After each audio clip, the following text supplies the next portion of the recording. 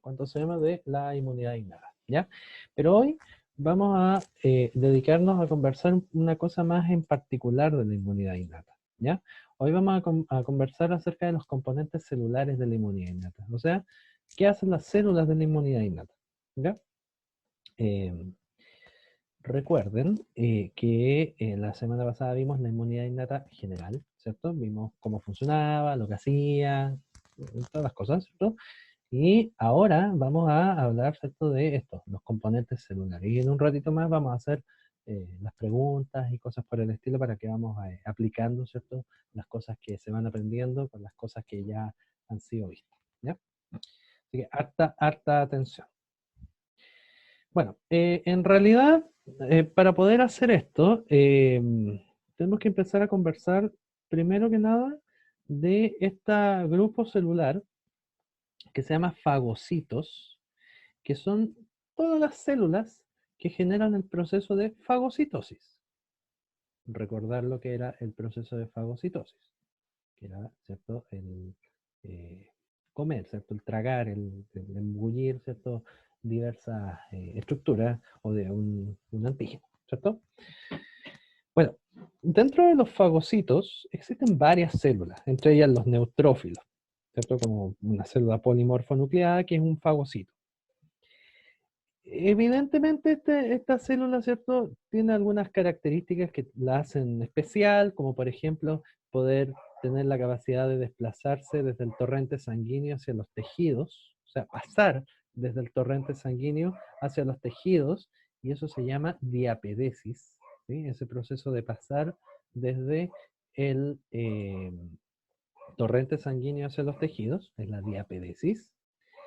Eh, lo que hacen en el lugar de infección, ¿cierto?, es fagocitar, porque son fagocitos, fagocitos, ¿cierto?, a los antígenos. Y como sabemos que son de la inmunidad innata, entonces son combatientes de la primera línea, ¿ya? O sea, son los primeros que salen a combatir a los antígenos cuando estos ingresaron a mi cuerpo, ¿cierto? Eso era lo que habíamos conversado. Evidentemente ahora vamos a avanzar rápido y disculpen, el perro está ladrando, pero entenderán que estoy en mi casa y no es el mejor lugar, pero ¿cuánto se llama? Ahora vamos a avanzar rápido, entonces si gusta tener alguna duda, cosas por el estilo, o bien le falta algún apunte, no dude por favor en ver los videos, ¿ya? Porque acuérdense que esto está grabado, ¿ya? Bien, eso así como a grandes rasgos de estas células, ¿cierto? Que a mí en realidad, más allá del nombre o las cosas, a mí me interesan las funciones generales, ¿ya? Que usted se acuerde y mantenga bien presentes, ¿cierto?, todas las funciones generales de estas células, ¿ya? O sea, las cosas que conversamos ahora básicamente en la clase son las funciones generales y esas son las que uno tiene que tener así como claritas el día de mañana por cuando a uno les pregunta, ¿cierto? Y puedan contestar sin problema. Bueno, hay un montón de neutrófilos y no vamos a entrar tanto en detalle de esto porque esto básicamente lo pueden leer, entonces no vamos a entrar en detalle más de esto. Los que sí vamos a entrar en detalle son los fagocitos del tipo monocitos macrófagos. Porque yo les dije que estas células, las macrófagos, eran las más importantes de todas las células que fagocitaban o de todas las células de la primera línea. Los macrófagos eran los más importantes. Pero si ustedes se acuerdan, yo les dije que la línea mieloide, ¿cierto?, formaba una célula que se llamaba monocito, ¿sí? Y ese monocito después se diferenciaba o en un macrófago o en una cosa que se llamaba era algo así, ¿cierto? Una célula bien extraña, que eran las células dendríticas. Entonces, tenía como dos formas de diferenciación este monocito. O era un macrófago, que es esto de acá arriba, o era una célula dendrítica. ¿Ya? Bueno, los monocitos, ¿sí? Los monocitos son células circulantes, vale decir que son células que andan en la sangre. ¿Ya? Eso significa que son circulantes. Y un macrófago, que esa es una primera diferencia entre un monocito y un macrófago, es que los macrófagos ya están en los tejidos. O sea, los monocitos son los que andan por la sangre y cuando estos se diferencian en un macrófago, este macrófago ahora ya está en los tejidos, ya no anda en la sangre, sino que anda en los tejidos. ¿Ya? Otra cosa bien importante, los monocitos son parte de los fagocitos, ¿cierto? De las células que fagocitan. Pero un monocito, así, como tal, no sabe fagocitar. ¿Ya? Un monocito no tiene la capacidad de fagocitar, no lo sabe hacer. ¿Ya? Entonces, los monocitos, así solitos, no fagocitan a nadie. Se tienen que diferenciar o en un macrófago o en una célula dendrítica, y cuando se diferencian, ya sea en un macrófago o en una célula dendrítica, ahí adquieren la capacidad de fagocitar. O sea, eso es bien interesante, ¿cierto? Que así, en este estado previo, no saben fagocitar, sino que se tienen que diferenciar a un macrófago o a un monocito, o sea, a una célula dendrítica, y ahí adquieren la capacidad de fagocitar. ¿Ya? Entonces, bien importante esa característica que les acabo de nombrar, ¿ya? De que cuando se diferencian, recién ahí adquieren la capacidad de fagocitar. ¿Ya? Eh, bueno, los macrófagos básicamente lo único que hacen, ¿cierto? Es fagocitar a los antígenos, y lo que les contaba la semana pasada, ¿cierto? Que una vez que los fagocitaban, ¿cierto? Las rompían internamente gracias a las enzimas líticas, y luego generaban el proceso de presentación de antígenos, ¿ya? Eso es la gran característica, o el gran, ¿cómo decirlo? La gran conclusión que quiero que les quede muy claro en la cabecita y no se les olvide nunca, ¿ya? O por lo menos mientras veamos esta unidad, ¿ya? Bien. Sí hay que ahondar en algunas cosas también, y es que otra gran característica, ya dijimos una, ¿cuál es una diferencia entre un monocito y un macrófago? Primero, que este no sabe fagocitar y este sí, ¿cierto? La primera gran característica era el adquirir la capacidad fagocítica. Primera gran característica. Segunda característica, que un monocito es muy pequeño, y cuando se transforma en un macrófago, el macrófago aumenta, pero un sinnúmero de veces mucho más grande. ¿Ya? Aumenta su tamaño, y harto más, ¿ya? Por lo tanto, claramente en tamaño también hay una diferencia. Los monocitos son mucho más pequeños que los macrófagos. Los macrófagos aumentan mucho, mucho su tamaño, ¿ya? Em, Como dice aquí, ¿cierto? La diferenciación de monocito a macrófago, la célula aumenta más o menos de entre 5 a 10 veces su tamaño. Los organelos celulares incrementan tanto en número como en complejidad, o sea, los organelos de estas células también crecen, aumentan en número y también en funciones más complejas. Lo más interesante es que adquiere, ¿cierto?, la capacidad fagocítica, porque cuando era un monocito no sabía fagocitar. Recuerde que produce altas concentraciones de enzimas líticas, vale decir enzimas líticas las que rompían, ¿cierto?, a los antígenos una vez que estos ingresaban a mi cuerpo. O sea, cuando estos ingresaban, ¿cierto?, y el macrófago los fagocitaba. Aquí quiero ahondar en algo. Si produce altas concentraciones de enzimas líticas, las enzimas son proteínas, ¿cierto? Entonces, si son proteínas, uno de los organelos celulares más desarrollados de los macrófagos son el retículo endoplasmático rugoso, porque genera proteínas, y también los ribosomas, ¿ya? Son los dos organelos celulares más desarrollados dentro de estas células, básicamente por la función de generar a esto, que son las enzimas líticas, ¿ya? ¿Y por qué? Porque resulta que recuerda que las enzimas son proteínas, y estos organelos son los encargados de generar proteínas. Em, Eso como característica, ¿cierto?, principal, por así decirlo, o bien general, ¿cierto?, de los macrófagos, ¿ya? Hasta aquí. ¿Alguna duda? ¿Algo por el estilo que necesite preguntar? ¿Que le haya causado, cierto, alguna duda?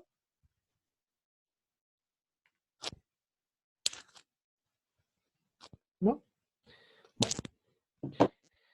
Eh, bueno, entenderé evidentemente el silencio como un no, entonces vamos a continuar. Bien, a ver, ¿qué más? Son funciones, y esto es muy importante que lo sepan, funciones de los macrófagos, ¿ya?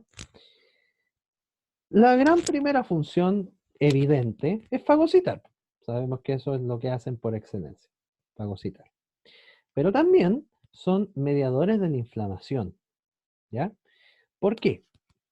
Porque los macrófagos son capaces de generar unas cosas que, a ver si alcanzamos a verlo hoy día, que se llaman citoquinas. Y las citoquinas son unas proteínas que estimulan la inflamación, ¿ya? Entonces los macrófagos son capaces de liberar estas proteínas, ¿cierto? Que estimulan la inflamación. Hay algunos que también se encargan de la reparación de los tejidos, cuando por ejemplo existe una, ¿cómo decirlo? Una herida, algo así. También la reparación de los tejidos, en parte, no es una gran función principal de los macrófagos, pero también están metidos en ello. Lo más interesante, como les había dicho la semana pasada, es la presentación de los antígenos, que era cuando el macrófago, ¿cierto? Los pedacitos del antígeno los exponía sobre su complejo mayor de histocompatibilidad, su MHC, sus proteínas del MHC, para activar justamente a los linfocitos T helper. ¿Se acuerda que yo le había explicado eso la semana pasada? Que esa presentación de antígenos era para activar, ¿verdad? La inmunidad adaptativa. ¿Y por qué? Porque activaba los linfocitos T helper. Y también la otra función importante de los macrófagos es estar metido en la hemostasia. ¿Y qué es la hemostasia? Básicamente la generación de coagulación. Muy similar o muy relacionado, ¿cierto?, con la reparación de tejido. Cuando, por ejemplo, se rompe un vaso sanguíneo, ¿sí? Ese vaso sanguíneo está perdiendo sangre, está roto, hay que taparlo. Y ese proceso de tapar, ¿cierto?, que se llama coagulación, cuando se forma un coágulo, que es justamente esta forma, ¿cierto?, de mantener tapado este tubo, este vaso sanguíneo, para que se evite la pérdida de sangre. Cuando hablemos mucho más adelante del sistema circulatorio, ahí lo van a entender mejor, ¿ya? Bueno, estas son funciones principales de los macrófagos que usted los tiene que manejar, ¿ya? Son estas 5 funciones principales, siendo las más principales la fagocitosis, la presentación de antígenos y también la inflamación, ¿ya? Son como las más preponderantes, ¿ya? Pero las tiene que manejar muy bien, ¿ya? No se le vaya a olvidar. Bien. Bueno, vamos a avanzar, ¿cierto? Para que no nos atrasemos. Bueno, algo que tienen que saber también es que los macrófagos, decir macrófago es muy general. Es como, no sé, decir Emilio, o Camila, es decir, un nombre general, ¿se fijan? Porque existen muchos, ¿ya? Entonces, los macrófagos se van a llamar de manera específica según el lugar donde yo los encuentre, ¿ya? Todos estos que están acá son macrófagos, todos, pero tienen nombres distintos porque los nombres se adquieren o se toman del lugar donde están. Por ejemplo, osteoclasto es un macrófago de los huesos, osteo, ¿no?, de huesos. Una microglía es un macrófago del sistema nervioso central. Una célula de Kupffer es un macrófago del hígado. Y así, ¿se fija? Depende del lugar en donde se encuentren, ¿sí? En donde estén estos macrófagos, es el nombre que uno los va a encontrar, ¿ya? Porque, vuelvo a insistir, Decir macrófago es un nombre extremadamente general, ¿ya? No es un nombre particular como tal, es demasiado general. Entonces, como es muy general, se toma, ¿cierto? Cada uno de los lugares donde yo encuentro macrófago van a tomar el nombre o un nombre particular del tejido donde está, ¿ya? Hasta ahí, ¿alguna duda? Consulta, pregunta. Recuerde hacerla cuando eh, lo tenga dudas sin problema hacerlo, ¿no? Bueno, obviamente esto que te estoy mostrando yo acá son algunos, ¿ya? Existen muchos más, pero estos son algunos así como los más, no vamos a decir que los más importantes, porque son todos importantes, pero los más representativos, tal vez, no sé cómo llamarlo, pero algunos ejemplos, ¿cierto?, de distintos tipos de macrófagos que se encuentran en distintos lugares, ¿ya? Entonces, ahí están, ¿cierto?, los distintos nombres, anótelos y sáquele pantallazo si quiere lo que te guste, ¿cierto? O bien vea los videos después cuando estudie más adelante. Bien, ¿qué tenemos que decir más que esto? Con respecto a esto, en realidad nada más. Bueno, fíjense en algunas cosas bien importantes y hacer alusión a lo que habíamos conversado ya hace algunas semanas atrás. Recuerden que desde la médula ósea, específicamente desde la médula ósea de los huesos largos, la médula ósea roja de los huesos largos, ¿cierto? Estaban las células madre, que eran pluripotenciales, em, y que van a dar origen, ¿cierto?, a los tipos distintos de la línea celular, ¿cierto?, de todas las células que forman la sangre. Entre ellas los monocitos. Entonces los monocitos son los que se encuentran en sangre. Pero cuando esos monocitos se van a los tejidos específicos, por ejemplo al cerebro, por ejemplo a los riñones, por ejemplo a los huesos, en fin, ahí ya pasan a ser un macrófago. Y cada macrófago va a tener su nombre específico. Entonces, cuando el monocito se va a un tejido específico, se diferencia a macrófago, y cuando ese macrófago ya está diferenciado y en su tejido específico, ya está activo. Vale decir, ahora este macrófago realmente está activo y frente a cualquier antígeno va a actuar y va a hacer lo que sabe hacer, que es fagocitar y luego, ¿cierto?, mostrar, presentar los antígenos, ¿cierto?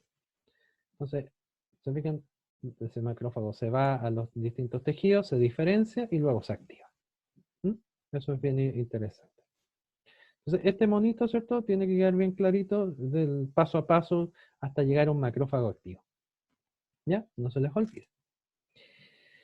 Bien.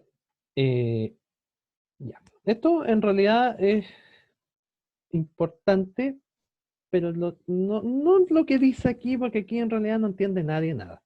Entonces, lo que de esta lámina, lo que a mí me interesa es que usted sepa que existen dos tipos principales de macrófagos. Los macrófagos M1 o de tipo 1 y los macrófagos M2 o de tipo 2.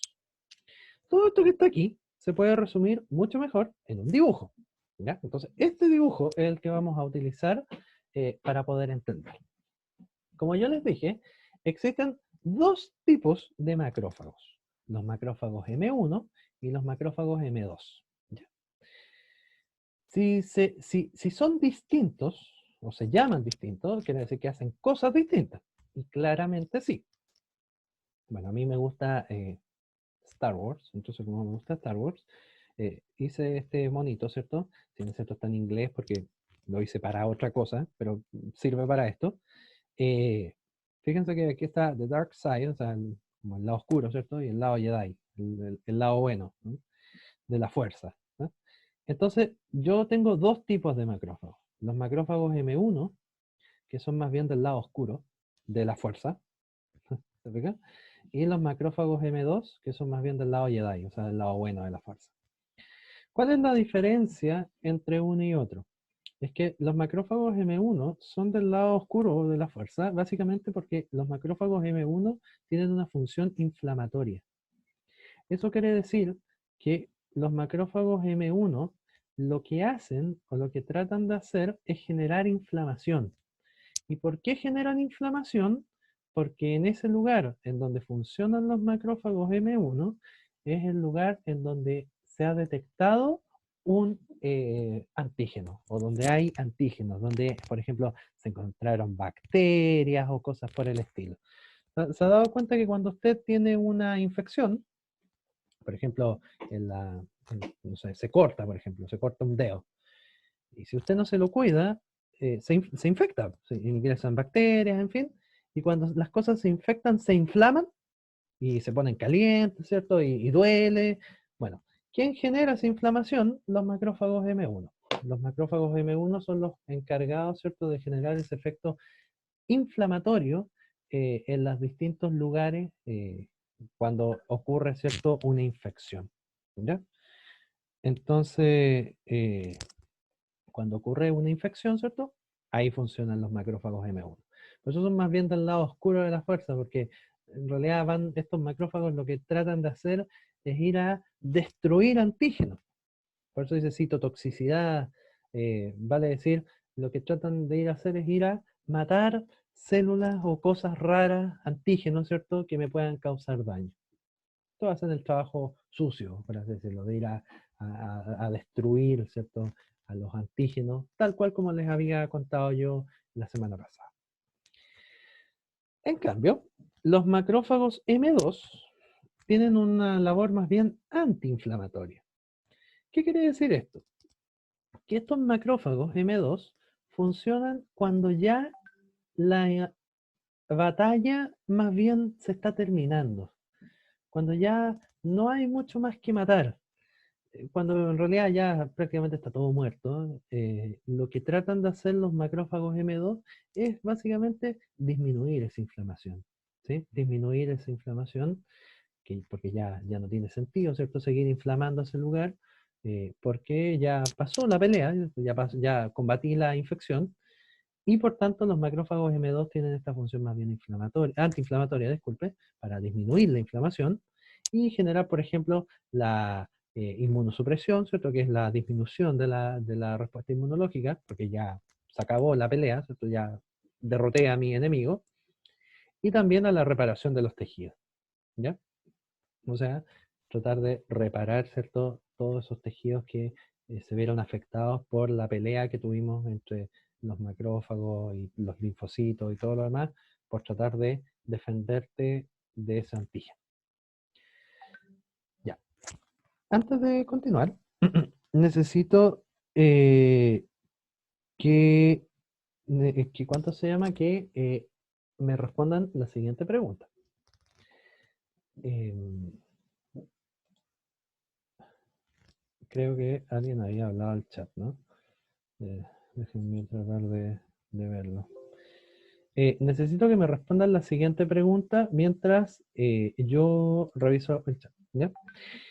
La pregunta es la siguiente. Cuando usted toma antiinflamatorios, ¿sí? Cuando usted toma antiinflamatorios, eh, cualquiera, ¿cierto?, que usted pueda tomar, en realidad mi pregunta es, ¿qué están haciendo esos antiinflamatorios? ¿Qué es lo que estarán haciendo esas pastillas? ¿Qué, qué harán esas pastillas antiinflamatorias, ¿cierto?, con respecto a los macrófagos? ¿Qué cree usted? ¿Qué cree usted que harán, ¿cierto?, los antiinflamatorios cuando uno toma, ¿cierto?, con respecto, ¿cierto?, a nuestra eh, forma, ¿cierto?, de cuánto se llama, de responder frente a los antígenos. Profe, Diga. es que como que activan a los que están encargados de la desinflamación, por decirlo así. O Efectivamente, ¿cierto? encargan. Efectivamente. Ah, Efectivamente, y también la gente que habló en el chat, que lo estoy mirando aquí, ah, también. Efectivamente, como dicen ustedes, muy bien, eh, tienen un rol más bien antiinflamatorio y activar, ¿cierto?, a los macrófagos M2. No es que un antiinflamatorio tenga macrófagos M2. No es eso. Es que cuando usted los toma, en realidad lo que está tomando son estas cosas, estos factores que estimulan a los factores, perdón, a los macrófagos M2 a generar citoquinas antiinflamatorias y que, ¿cierto?, se acabe la inflamación. ¿Ya? O sea, los apresura. Claro, por Es así más decirlo, rápido. porque igual va a pasar, pero claro, evidentemente cuando uno tiene una inflamación, por ejemplo, de garganta, cosas por el estilo, molesta. Entonces, para apresurar ese proceso biológico que va a pasar en algún momento igual, uno lo puede apurar, ¿cierto?, con farmacología, con fármacos. ¿Mm? Ok. Eso es lo que se hace, ¿ya? Entonces ahí queda clarito, ¿cierto?, la idea, y futuros médicos todos, ¿cierto?, ya saben qué hacen los antiinflamatorios. Ojo que va a depender evidentemente del antiinflamatorio, qué cosa tiene. Por ejemplo, hay algunos que tendrán interleuquina 4, otros interleuquina 10, otros interferón beta, en fin. Va a depender ahí del antiinflamatorio, qué es lo que va a tener cada uno, ¿ya? Pero eso ya, no vamos a entrar en detalle de eso todavía. Bueno, entonces, bueno, espero que quede claro, ¿cierto?, esta partecilla, ¿ya? Perfecto. Vamos ahora a las células dendríticas, ¿ya? Bueno, las células dendríticas eran la otra forma en la cual se diferenciaban, ¿cierto?, los monocitos. O eran los monocitos, o eran macrófagos, o eran células dendríticas. Entonces, ya vimos los macrófagos, ahora veremos, ¿cierto?, las células dendríticas. También son fagocitadoras y también son presentadoras de antígenos por excelencia. O sea, hacen básicamente lo mismo que un macrófago, ¿sí? Pero la diferencia entre un macrófago y una célula dendrítica, aparte de su forma y estas proyecciones que tiene y todo lo demás, la diferencia entre uno y otro es dónde están, ¿ya? Es dónde están ubicadas. Los macrófagos son de tejidos, pero más bien tejidos internos, ¿ya? Tejidos, por ejemplo, no sé, en los órganos, en los huesos, en los riñones, me tienen tejidos más internos. En cambio, las células dendríticas son de tejidos más bien externos o que tienen contacto con el medio exterior. Por ejemplo, la piel. En la piel, usted prácticamente no encuentra macrófagos. Lo que encuentra son células dendríticas, porque tienen más contacto con el exterior. Y justamente son estas proyecciones, estas dendritas, ¿cierto? Que uno le llama, que en realidad no son dendritas, pero son estas proyecciones, ¿cierto? Son justamente proyecciones que le ayudan a encontrar o a saber, ¿cierto? A censar aquellas cosas, ¿cierto? Aquellos antígenos eh, desde más lejos. Entonces sirven como verdaderos satélites estas dendritas. Eh, Tienen que pensar que si están en la piel, por ejemplo, la piel está en constante, ¿cuánto se llama? Contacto con antígenos en el aire, en lo que usted toca, en fin, está lleno de bicharracos, ¿cierto? Y antígenos que le pueden hacer mal. Y si usted no se enferma, es gracias principalmente a estas, que evitan, ¿cierto?, que diversas antígenos que pueden encontrarse en cualquier lugar, en cualquier superficie que usted toque, eh, los pueden, ¿cierto?, neutralizar antes de causar una infección. Por lo tanto, mucho le debemos, ¿cierto?, a las células dendríticas. ¿Mm? Las proyecciones básicamente aumentan el área de superficie, o sea, aumentan el área para captar antígenos, a eso se refiere. Y bueno, esto de los factores en realidad a mí no me interesa, porque eso ya es demasiado complicado. Así que me interesa, ¿cierto? Lo que les acabo de decir, ¿cierto?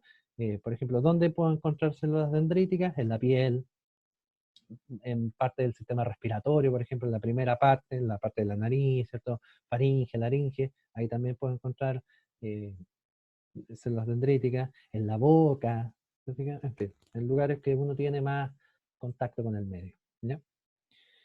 Entonces, básicamente, fíjense cómo actúan, pues se fijan que esto lo que hace es estas dendritas, ¿cierto? Eh, Están en constante movimiento y tratando de ver por dónde puede entrar un antígeno, ¿cierto? Y poder atraparlo antes, ¿ya? Porque estas son prolongaciones, ¿cierto? Que se pueden agrandar, ¿cierto? Y encontrar, ¿cierto? Y atrapar un antígeno más lejos que de lo que está la célula. O sea, por ejemplo, ese antígeno podría entrar por aquí y la célula está allá, pero la célula no se tiene que mover. la célula prolonga, ¿cierto? Estas dendritas y lo trae hacia su cuerpo. Esa es la gracia, ¿cierto?, que tienen las células dendríticas. ¿Ya? Que en realidad está muy bien pensado que, por ejemplo, estén en la piel, porque si la piel está en constante contacto con antígenos, los antígenos pueden ingresar por cualquier lado. Entonces, estas que tienen como muchos brazos, por así decirlo, para poder captar diversos antígenos, es más sencillo. Está muy, muy bien pensado. No así los macrófagos, que son más bien más unimodales, o sea, eh, agarran a los antígenos, pero los agarran, o sea, la célula en sí se tiene que mover a fagocitar. Esta no, pues esta puede, ¿cierto?, generar esas prolongaciones. Pero lo que a mí me interesa es que finalmente el modo de acción o el modo operandi entre una célula dendrítica y un macrófago es el mismo. Lo tragan, ¿cierto?, lo fagocitan, lo destruyen y luego lo exponen, ¿ya? Y lo exponen, ¿cierto?, a los mismos linfocitos que son los linfocitos TCD4. Esa maraña, ¿cierto?, eso que habíamos conversado la semana pasada, es exactamente lo mismo para dendríticas y para macrófagos. Es exactamente igual, ¿ya? Para que les quede claro. Bueno, hay otras, ¿cierto?, diferencias. Bueno, no vamos a entrar en detalle de lo que es la fagocitosis, porque, bueno, entenderán lo que es esto, que es comerse a estos organismos. Y sí me interesa que ustedes entiendan lo siguiente. Miren, por favor, este pequeño esquema de acá. Fíjense que esto es un macrófago, ¿ya? Este macrófago lo que hizo eh, ya engulló, ¿cierto? Ya se comió, ¿cierto? Aquí está comiéndose al antígeno, ¿sí? Eso es el antígeno, ¿ya? Entonces, cuando el macrófago, ¿cierto? O la célula dendrítica se está comiendo, ¿cierto?, al antígeno, que es esto, fíjese lo que hace. Verdaderamente lo engulle. Se fija la membrana plasmática, fíjese lo que hace. ¿Eh? Es como si el macrófago se fuera abriendo y Claro, encerrándolo. y encerrando, justamente. Y formando esto que se llama vesícula, que desde ahora en adelante lo vamos a llamar fagosoma. ¿Ya? Entonces, lo que hacen en los macrófagos y las células dendríticas es que, por así decirlo, envuelven internamente al antígeno en un fagosoma, ¿ya?, que se forma en su membrana. ¿Se fija, no? Se forma en la membrana.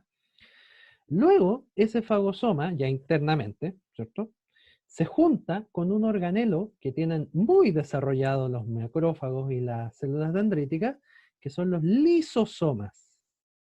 Y fíjese, lisar, romper, ¿cierto? ¿Qué hacen los lisosomas? Los lisosomas lo que tienen son justamente, estos son los que tienen las enzimas líticas, ¿se fijan, no? Entonces, el fagosoma, que es esta vesícula donde está encerrado, ¿cierto?, el antígeno, se junta con el lisosoma, como estamos acá, formando esta agrupación que se llama fagolisosoma, que es cuando se juntan las dos, ¿cierto? Se forma el fagolisosoma, que es cuando se junta, ¿cierto?, el fagosoma con el lisosoma, y ahí las enzimas líticas, ¿cierto?, hacen festín, vale decir, en ese lugar las enzimas líticas básicamente lo que hacen es destruir finalmente este antígeno. Eso es lo que hacen.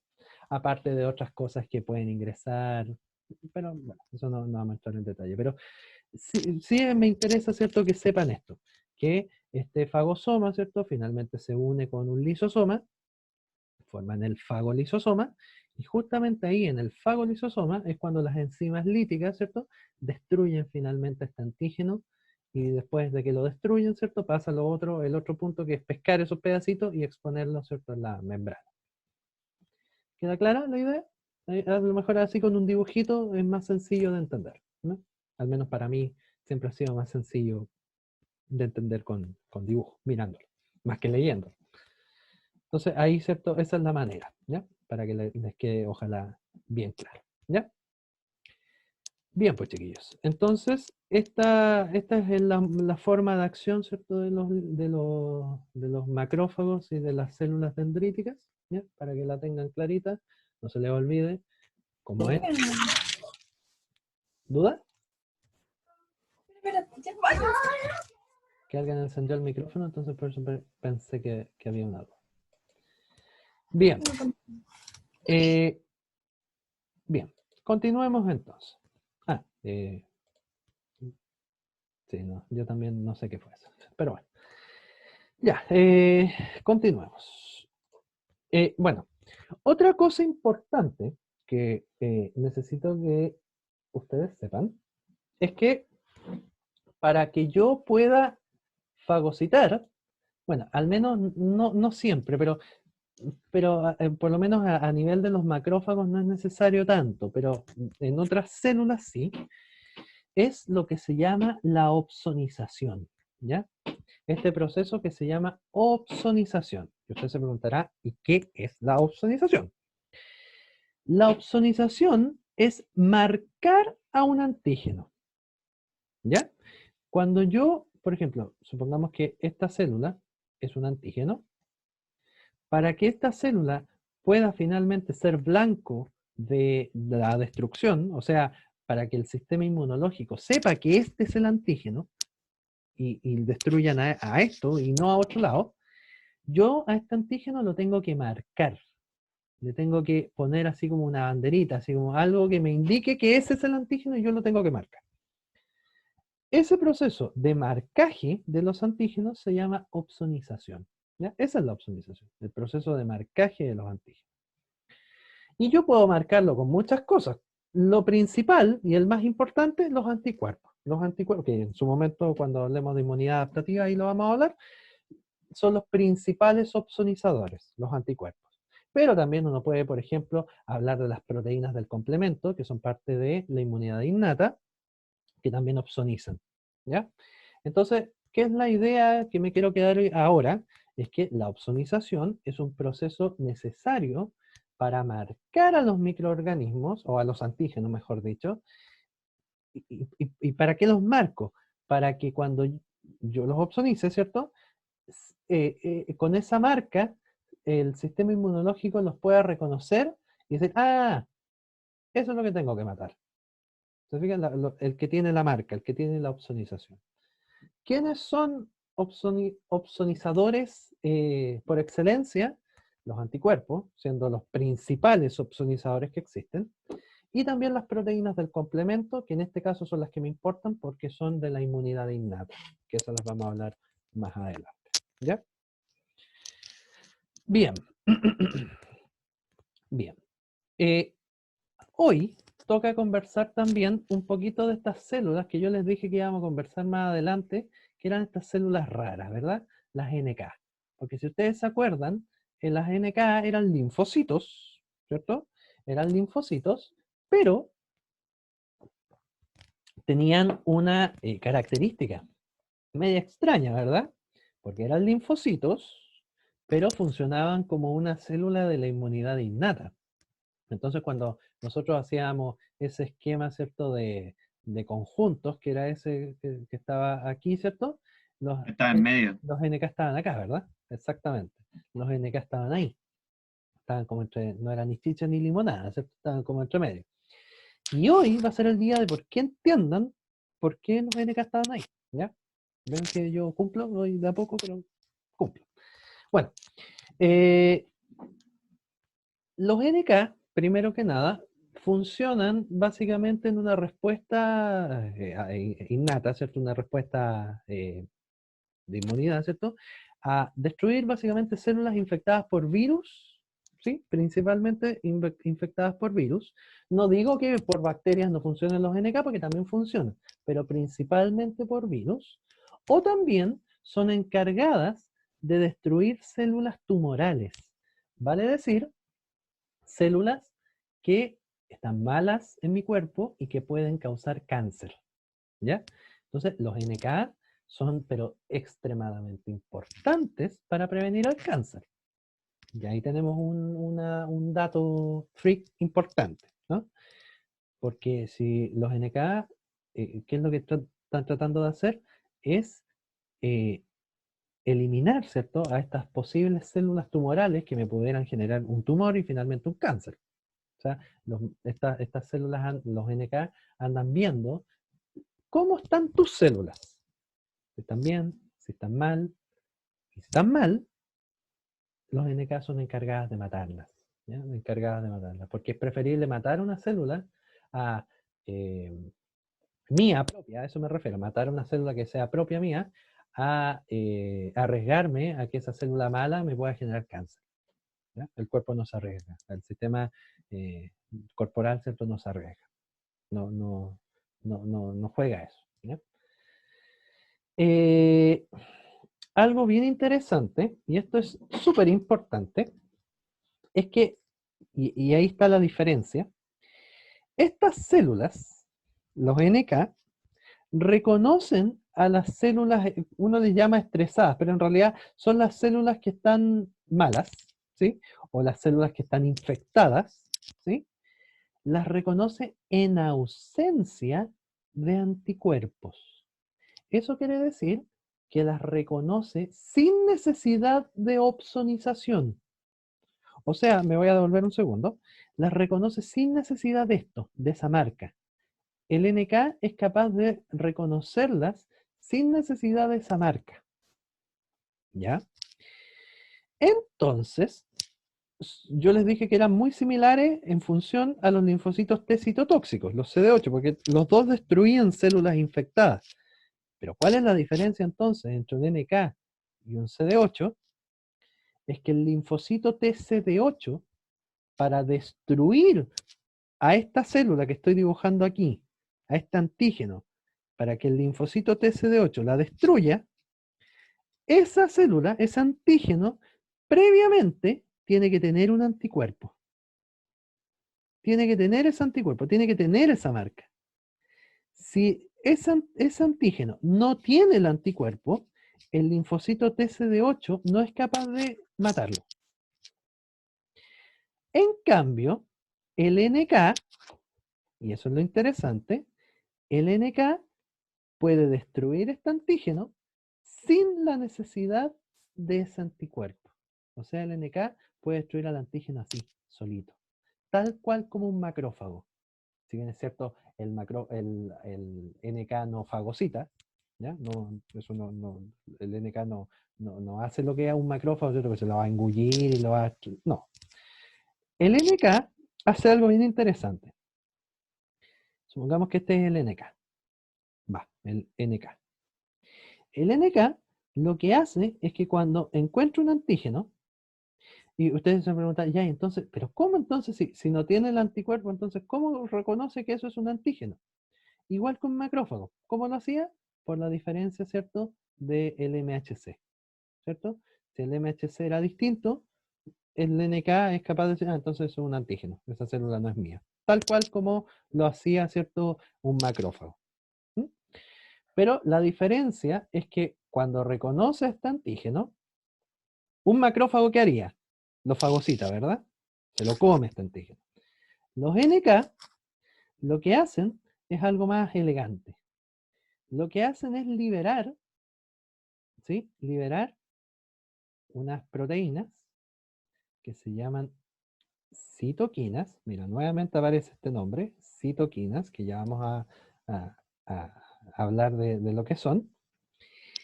Y esas citoquinas que le va a liberar el NK a ese antígeno, le van a decir a ese antígeno, mátate. Le van a decir, por así decirlo, a ese antígeno, que se muera, que se suicide. ¿Ya? Y te, ¿cómo hacer así? Así es, ¿ya? Aunque no lo crea, así es. Lo que va a hacer el NK es que le va a liberar estas citoquinas, y estas citoquinas al antígeno le van a hacer entender que se tiene que matar, que se tiene que suicidar. Pero ¿cómo? ¿Las células se pueden suicidar? Sí. Y de hecho eso tiene un nombre. Los NK, lo que hacen al liberar estas citoquinas, lo que hace es inducir, y aquí viene un nombre importante, inducir la apoptosis. A lo mejor alguna vez lo he escuchado por ahí ese nombre. ¿Qué es la apoptosis? La apoptosis es la muerte celular programada. O sea, cuando este NK le libera citoquinas a ese antígeno, le induce a ese antígeno la apoptosis, vale decir que ese antígeno se mate de manera programada, se suicide, se destruya, se autodestruye. ¿Sí? ¿Y se puede interrumpir la apoptosis? Sí, sí. Farmacológicamente sí se puede. Sí, ¿Y naturalmente? me parece, Dependiendo sí del antígeno. no, me parece que no. No, la verdad de las cosas no estoy seguro, pero me parece que no. Me parece que no. Pero lo que les quería comentar, ¿cierto? Es que finalmente este NK lo que va a hacer es liberar estas citoquinas que van a inducir, ¿verdad?, la apoptosis de este antígeno. O sea, que este antígeno finalmente se mate, se suicide. ¿Mm? Bacano, ¿no? Pero esta es una diferencia, ¿cierto? Una función bastante interesante. Ahora bien, yo les dije también que los NK funcionaban y sensaban o miraban a las células tumorales. O sea, cuando ahora hay una célula que es mía, propia mía, que tiene el mismo MHC que el NK, ¿verdad? Porque son mías, pero si esta célula está mala, por ejemplo, tiene alguna mutación o alguna cosa por el estilo, algo mal que me podría generar cáncer, el NK también le libera citoquinas y esas citoquinas van a hacer que esta célula induzca la muerte, induzca la apoptosis. Entonces, finalmente los NK funcionan como guardianes verdaderamente de nosotros. Y que y mucho de que no tengamos cáncer le debemos a los NK. Ahora, usted se podría preguntar, bueno, entonces ¿por qué existe el cáncer? ¿Cierto? Porque uno podría preguntarse eso, si tenemos una forma de salvaguardar a las células, entonces ¿por qué uno se enferma de cáncer? Bueno, primero que nada, porque, bueno, la verdad de las cosas, no hay una explicación clara hasta el día de hoy, porque si se supiera, se podría tener la manera de contrarrestarlo, ¿no es cierto? Y de sanarlo finalmente. Entonces, hay hartas preguntas que hasta el día de hoy no se tienen, ¿cierto? No se tienen como respuesta. Pero sí se sabe que las personas que tienen cáncer tienen una baja actividad de los NK. Ahora, ¿por qué tienen una baja actividad de los NK? Bueno, esa es una de las preguntas, ¿cierto? Que ni yo ni nadie sabe, ¿cierto? Y hasta el día que se descubran, ¿cierto? Las razones, desde ahí uno podría empezar a acercarse, ¿cierto? Un poco más a entender finalmente qué es esta enfermedad tan grave que ocurre.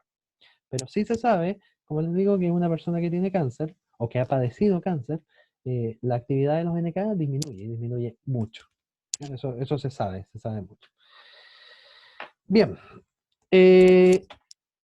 entonces lo que hacen estas células, ¿cierto? Es inducir la apoptosis en las células infectadas o bien en las células tumorales. ¿Ya? Eso es lo principalmente, y básicamente lo que reconocen, ¿cierto? Es lo propio de lo no propio, ¿cierto? Y inducen la apoptosis.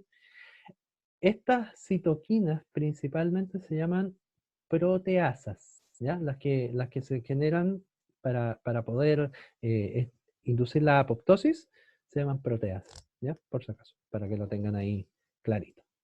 Y hay una serie de cosas que los estimulan, ¿cierto? Pero bueno, eso no vamos a entrar en detalle de eso. Pero sí me interesaba, ¿cierto? Que conocieran esta parte, ¿ya? Que en realidad yo creo que es la parte más interesante que hay.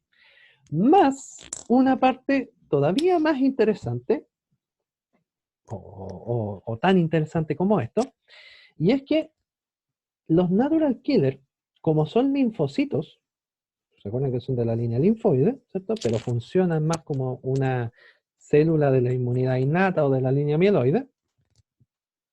Los linfocitos, aparte de hacer todo esto que hacen, ¿cierto? Que ya es como harto, ¿cierto? Aparte de esto, lo que hacen, permiso, voy a cambiarlo un segundo. Eh, Me voy a devolver, ¿ah? Aparte de lo que hacen, es que se ha comprobado que los NK tienen memoria, o sea, pueden generar memoria. Fíjese, las NK pueden encontrarse activas hasta 2 meses después de la exposición primaria al antígeno. O sea, los NK, cuando encuentran a un antígeno, se acuerdan de él. Y se acuerdan por mucho tiempo. ¿Se fija? Entonces parece ser por lo que se ha encontrado últimamente, que los NK, y esto cuando les digo últimamente, esta es la última chupada del mato, o sea, así como esta información casi confidencial, o sea, es una de las últimas formas y que se sabe de estos NK, es que parece ser que tienen memoria. A lo mejor no igual que la memoria de los otros linfocitos, pero sí algo de memoria tienen. Y ahora viene lo interesante. Y esto es lo bacán. Que si sabemos que los NK matan células tumorales y más encima tienen memoria, podrían servir para tratar el cáncer. ¿O no? Claro que sí, porque si los NK están especializados en destruir células tumorales y más encima tienen memoria, es como sumar 2 más 2, ¿cierto? Quiere decir que es posible, y eso es lo que se está investigando hasta el día de hoy, que yo pueda usar los NK, ¿cierto? Los NK propios míos, estimular a los NK para que se acuerden, por ejemplo, si yo tengo un cáncer, sepan, ¿cierto?, cuáles son las células que están malas, las destruyan, y si ese cáncer vuelve, los NK se acuerden ya, porque tienen memoria, y vuelvan a destruirlo antes de que este cáncer, ¿cierto?, vuelva a proliferar. Y esa es una de las tareas, ¿cierto?, que los científicos hasta el día de hoy tienen, ¿cierto?, como la gran y nueva terapia contra el cáncer.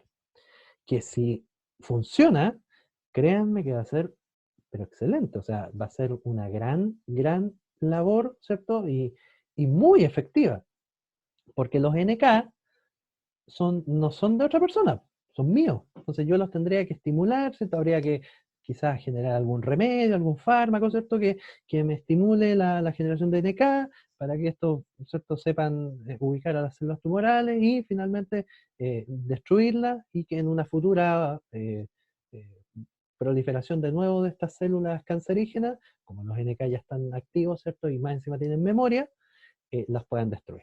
¿Se fija? Entonces, es claramente muy interesante, una propuesta, pero increíble, del avance, ¿cierto?, de la tecnología. Y bueno, como a cada uno de ustedes yo los dejo invitados, ¿cierto?, a bueno, informarse un poco más de esto también. Pero también, si a ustedes les gusta esta área, créanme que aquí van a tener extremadamente mucha pega, porque hay mucho, mucho por saber de esto, ¿sí? Mucho por investigar de esto. Y quién sabe si dentro de mis estudiantes, ¿cierto?, está el que me descubre, ¿cierto?, finalmente Profe, la cura de esto. Así que eso sería muy interesante. Dígame. tengo una duda, porque usted dijo que cuando se generaba el cáncer había poca actividad de las NK. Claro. Eso quiere decir que entonces si estas tienen memoria y obviamente atacan el cáncer y baja su actividad, lo que deberían crear, bueno, es como una propuesta así media épica, No, también. sería como generar algo para que estos se activen, porque no significa que hayan pocos, significa que no están activados. Podría ser, por cierto. Podría ser. Exactamente. O sea, sí, Está muy porque bien su propuesta. la cantidad de células NK uno las trae desde el momento cero. Entonces, Claro, baja la actividad en el momento de contraer el cáncer. claro. Y ahí hay una Y respuesta que nadie tiene, que es ¿por qué sí, po, baja? No sé sí, qué, po. no se sabe. Ah, ya, ¿Se ya, fija? era eso. No, pero excelente, excelente. Pero efectivamente, para allá van, ¿cierto?, las fichas hacia las nuevas terapias contra el cáncer. Y quién sabe si el día de mañana y ustedes estudian medicina o tal vez algo relacionado con esto, puedan encontrar, ¿cierto?, nuevas terapias, o bien, más aún, si se encariñan con esta área de la biología, ser parte de la solución, pues. O sea, ser parte de los descubridores de. Yo lo encuentro genial, ¿sí? Eh, Solo para terminar esta parte de los NK, que en lo personal a mí me gustan mucho, eh, yo les dije que, me voy a devolver un segundo, estas proteasas, ¿ya? Que se generan, ¿cierto?, para inducir la apoptosis, además de esas proteasas, aquí hay que agregarle una más, ¿ya?, más unas proteínas también que se generan, que se llaman perforinas. ¿Ya? ¿Qué hacen las perforinas? Perforan la membrana de la célula infectada. O sea, el NK, cuando le libera, ¿cierto?, estas citoquinas del tipo proteasa y también le libera las perforinas, hace que este antígeno, ¿cierto?, se le rompa la membrana y finalmente termine explotando, termine destruyéndose, ¿ya? Induciendo finalmente la apoptosis. Eso es lo que hacen, ¿ves? La célula infectada le dan perforina y la célula básicamente se destruye. Eso es lo que ocurre. Ya. Eso con respecto a los NK, ¿cierto? Y estas células alfa-beta que en realidad no me interesan, porque de esas se sabe bastante poco. Así que me interesaba, ¿cierto?, que supiéramos muy, muy bien, ¿cierto?, esta interesante función de los NK, ¿ya? Y de todas las otras células que habíamos visto. Vamos a continuar. Vamos a continuar, ¿cierto?, nuestra clase un ratito más. Y vamos a ver lo que se llaman componentes humorales de la inmunidad innata, ¿ya? Los componentes humorales de la inmunidad innata.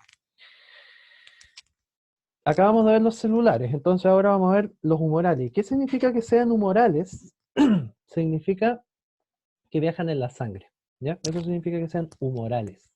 ¿Ya? No es que sean graciosas, no, sino que simplemente que viajan en la sangre, ¿ya? Eso es la diferencia.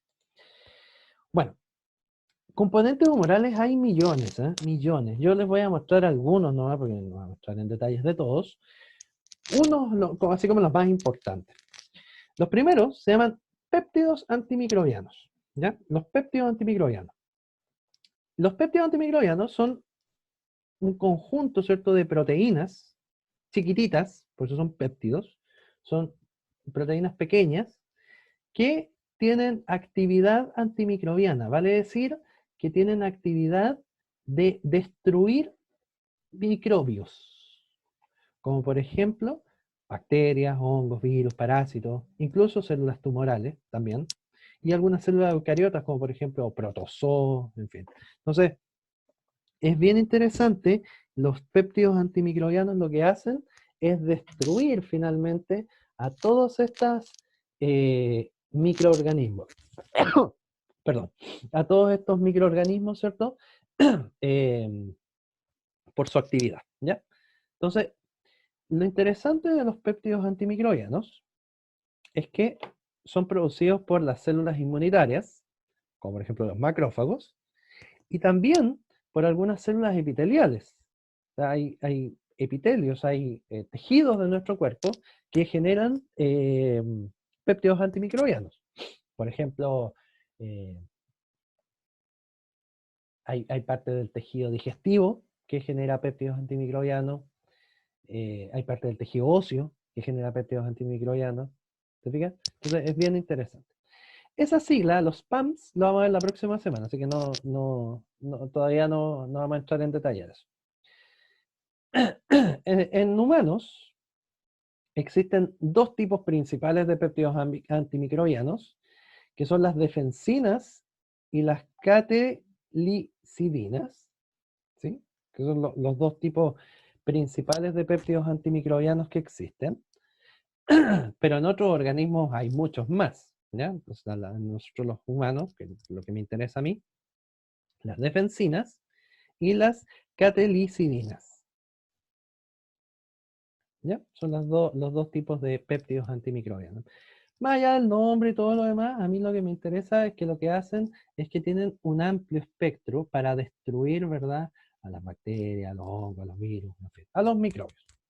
Por eso se llaman antimicrobianos, porque los destruyen, porque los matan, ¿ya? Y los neutralizan también. Eso con respecto a los péptidos antimicrobianos. Bueno, aquí si ustedes se fijan hay bastantes proteínas antimicrobianas, la lisozima, en fin. No vamos a entrar en detalles de ellas porque finalmente eso lo pueden leer en algún momento y ya. Seguimos entonces con el segundo grupo de componente humoral, que son las famosas llamadas proteínas de fase aguda. Las proteínas de fase aguda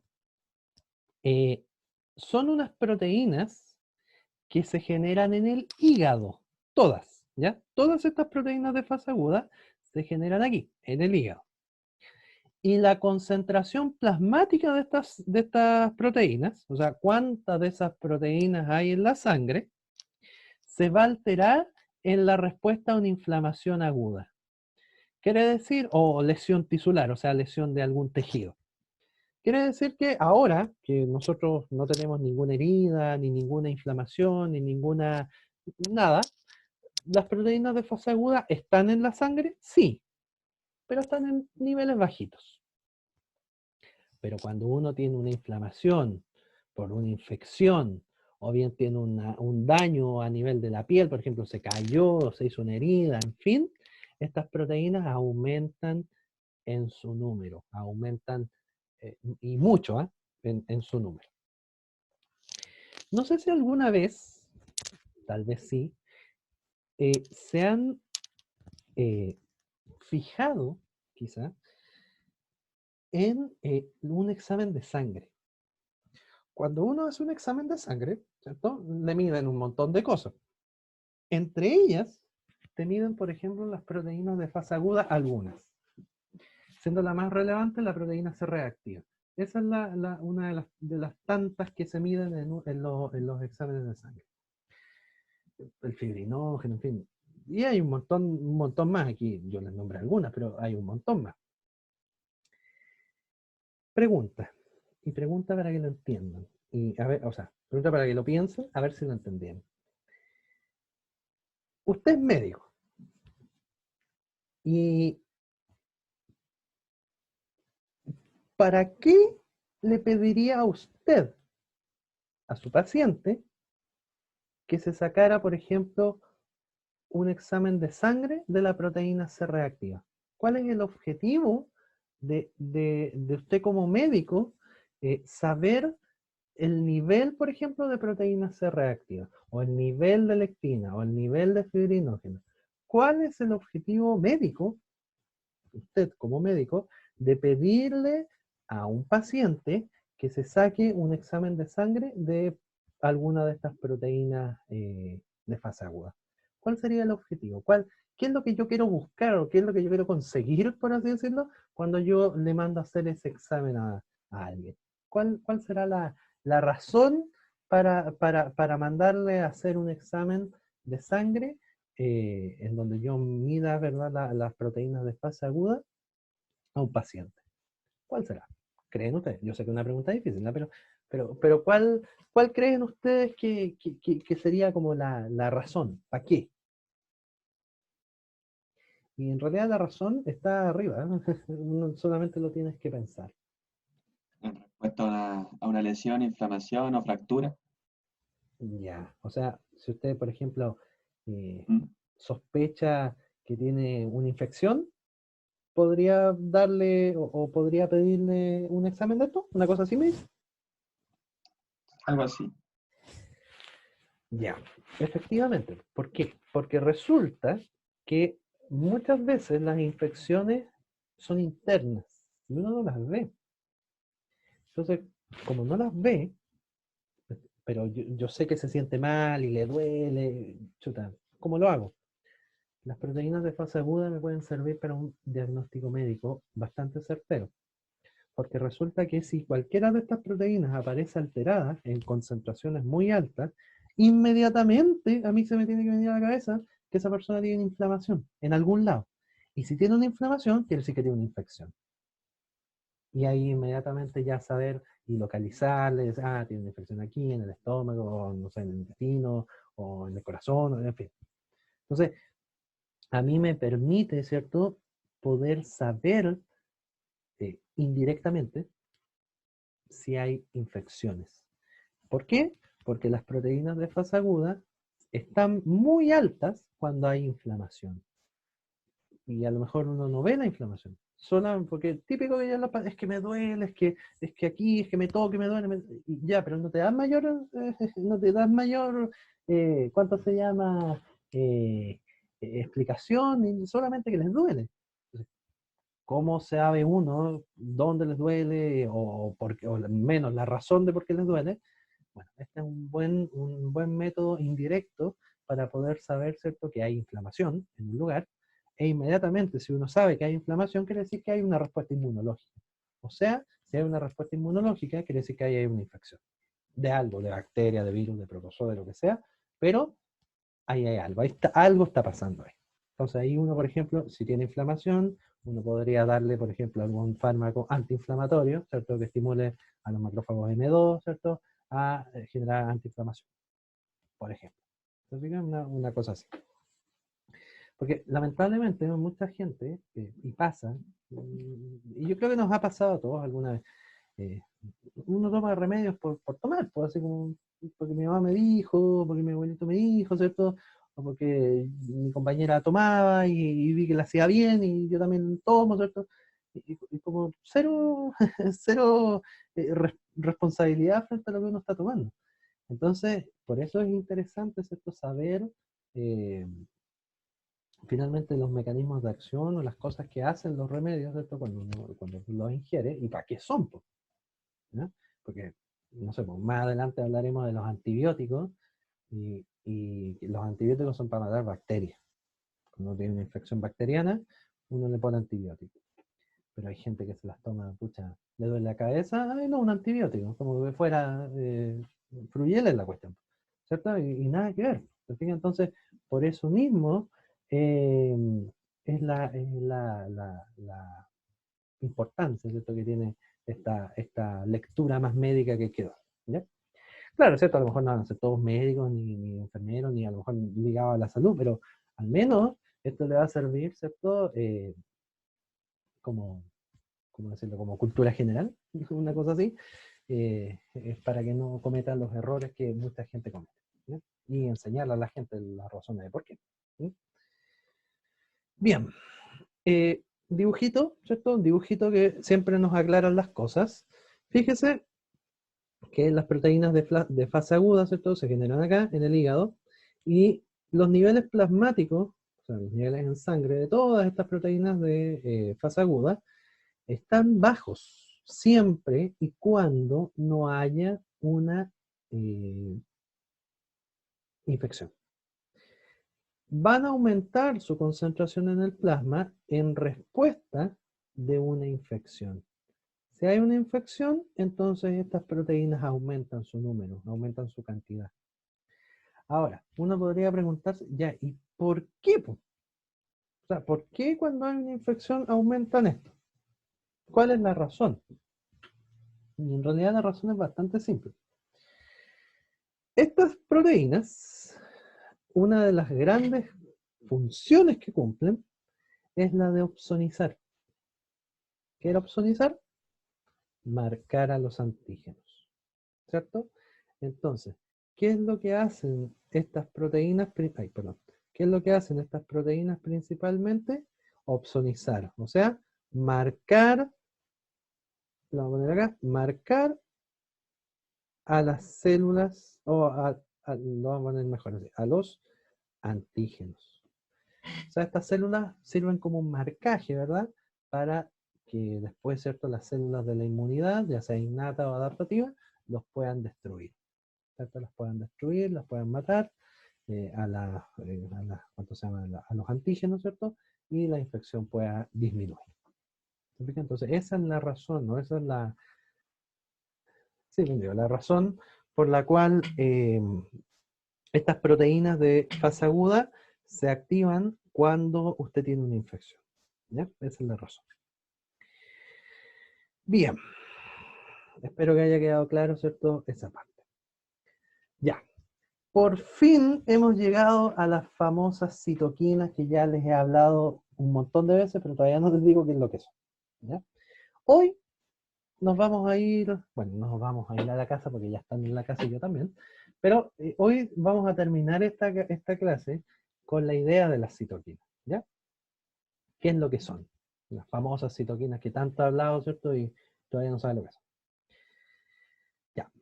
Las citoquinas, primero que nada, son proteínas, ¿ya? Eso es lo que son las citoquinas, son proteínas.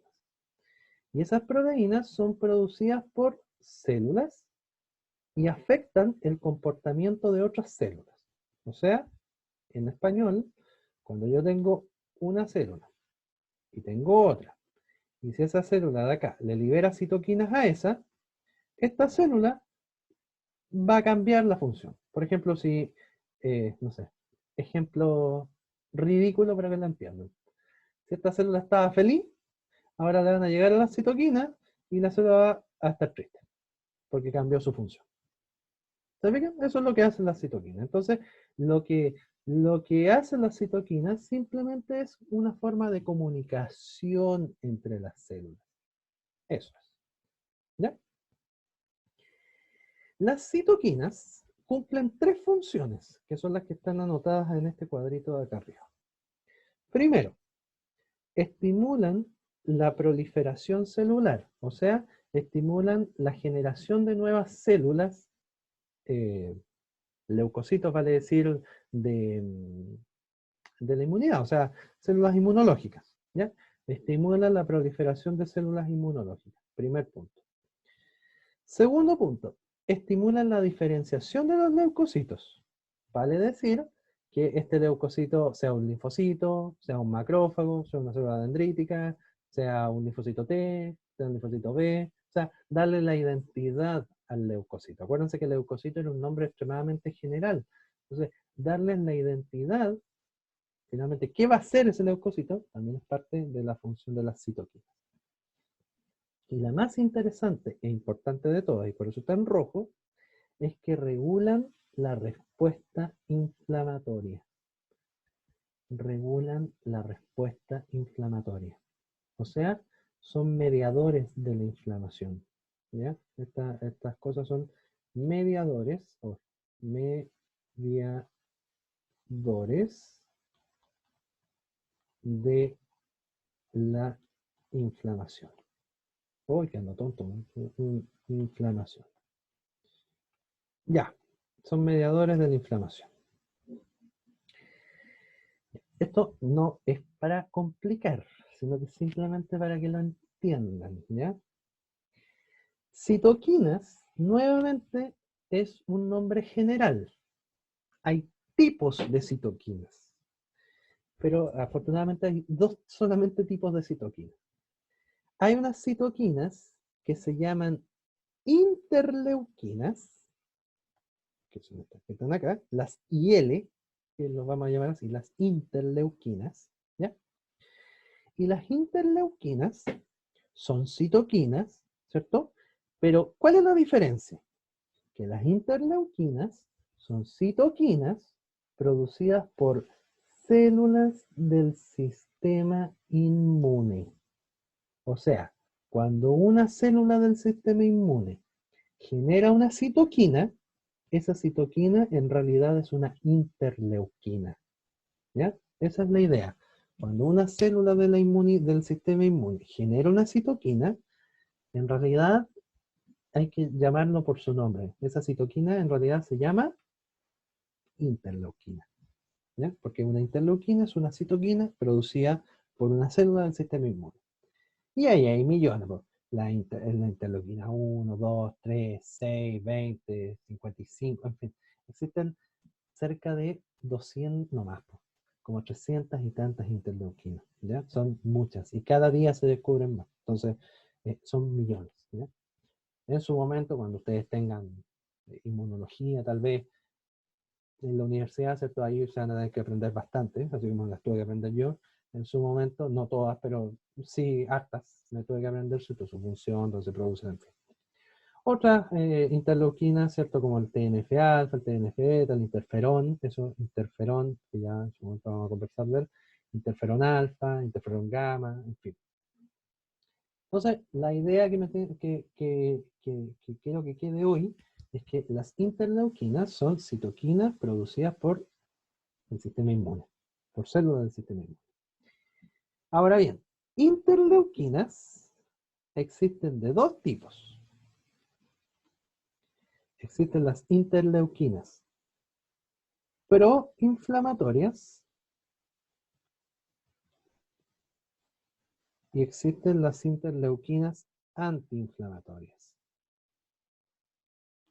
Entonces, ahora podemos entender que hay interleuquinas que promueven la inflamación, que son las proinflamatorias, o sea, que hacen que los tejidos se inflamen, o bien hay interleuquinas que son antiinflamatorias, o sea, que hacen que se disminuya, ¿cierto?, la inflamación. ¿Ya?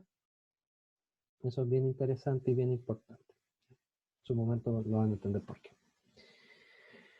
Y los otros tipos de interleuquinas que existen, perdón, miento, ¿ve? Hasta yo me equivoco, ¿eh? Los otros tipos de citoquinas que existen, porque este es un tipo de citoquinas, las interleuquinas. El otro tipo de citoquinas que existen, voy a cambiar, se llaman quimioquinas. ¿Ya? Ese es el otro tipo. ¿Qué son las quimioquinas? Las quimioquinas son citoquinas producidas por una gran variedad de células. O sea, ya no solamente del sistema inmunológico, sino que pueden ser células de la piel, células del sistema nervioso, en fin. O sea, ya las quimioquinas no son propias de las, ¿cómo se llama? De las células del sistema inmune, sino que pueden ser de otros tipos de células. ¿Ya? Básicamente, y a modo bien grande, y para ir resumiendo, lo que hacen las quimioquinas es que actúan básicamente como atrayentes y activadores también de los leucocitos. O sea, básicamente lo que hacen es activar a los leucocitos. O sea, activar me refiero a que estos se enciendan, ¿cierto? Y se transforman finalmente en una célula dendrítica, en un macrófago, en fin. ¿Ya? Eso es lo que hacen, activar a los leucocitos. Y ahí hay un montón también de diversas quimioquinas. ¿Ya? Entonces, resumen, permiso, de lo que estábamos conversando. Las citoquinas son proteínas que cumplen esas tres funciones, básicamente para comunicarse entre las células y regular la respuesta inflamatoria. Y hay dos tipos de citoquinas. Las interleuquinas, que son las citoquinas producidas por las células del sistema inmune, y las quimioquinas, que son las citoquinas producidas por otros tipos celulares y que funcionan básicamente como activadores de los leucocitos. ¿Ya? Esas son las distintas funciones que cumplen estas distintas proteínas. ¿Ya? Dudas, consultas, preguntas, yo sé que esto es complicado, entonces uno se puede tender a perder, ¿cierto? Cuando uno habla de tanto de esta cuestión, y lo entiendo, ¿eh? Por si acaso, así que para que quede bien.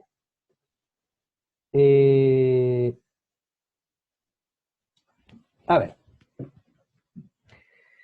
vamos a ir integrando entonces en estos minutos de clase que nos quedan, ¿sí? Que tocamos ya hasta las 4:30, ¿cierto? Vamos a tratar de ir integrando las cosas que hemos conversado, ¿sí? Para que quedemos ya, y empecemos a zanjar y a ver si hemos aprendido algo o no, ¿ya?